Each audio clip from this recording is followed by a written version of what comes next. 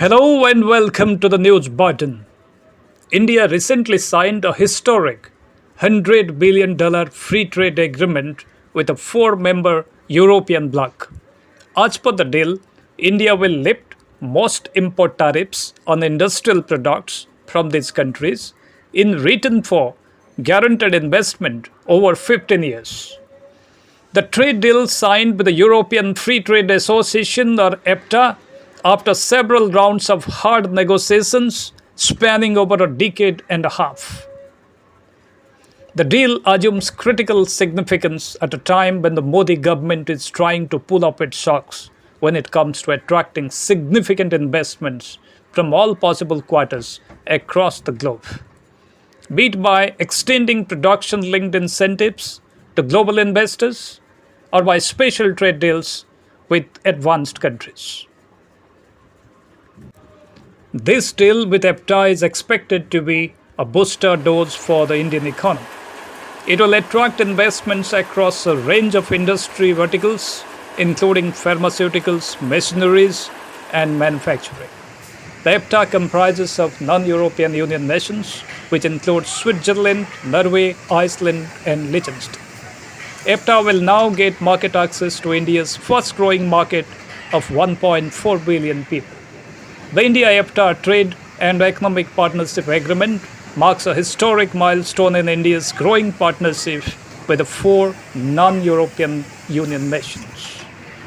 Undisputedly, it will pave the way for mutual growth and prosperity by boosting exports, promoting investment, and creating employment.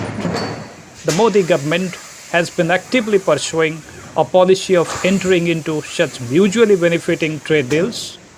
Over the last 2 years, India has signed agreements with Australia and the United Arab Emirates, and officials say a deal with the United Kingdom is in the final stages as Prime Minister Modi aims to hit $1 trillion in annual exports by 2030.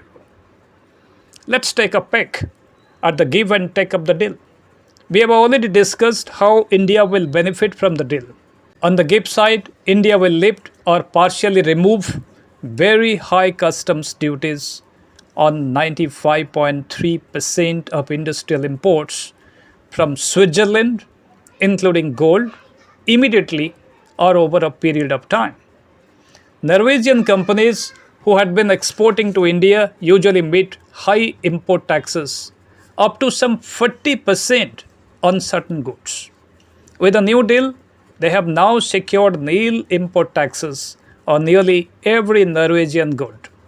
On the other hand, on the tech side, Indian agricultural exporters will now enjoy liberalized trade rules in terms of tariff concessions in exports to the European bloc.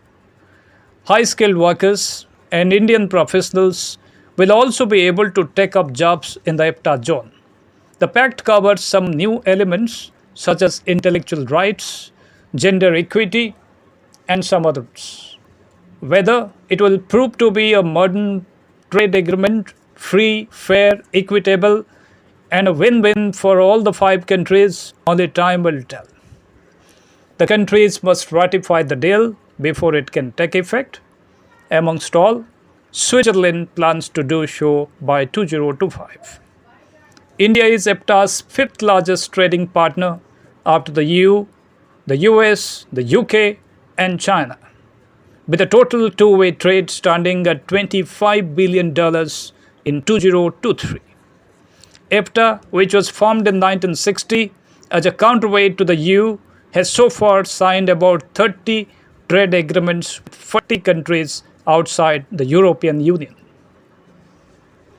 Do let us know in the comment section with which other bloc India should sign similar agreements to drive in maximum benefits for the Indian economy. For more, stay tuned to the news button. Before leaving, do not forget to like and subscribe to our channel. Thank you. Thanks for watching.